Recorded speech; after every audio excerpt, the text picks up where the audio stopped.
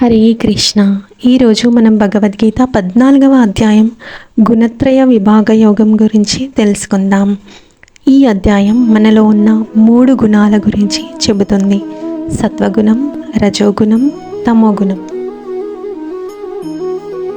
సత్వగుణం అంటే శాంతి, జ్ఞానం, మంచి ఆలోచనలు. ఇది మనల్ని సంతోషంగా, ప్రశాంతంగా ఉంచుతుంది.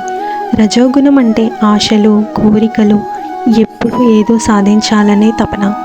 ఇది మనల్ని పని చేయిస్తుంది కానీ మనసుకు శాంతి ఇవ్వదు.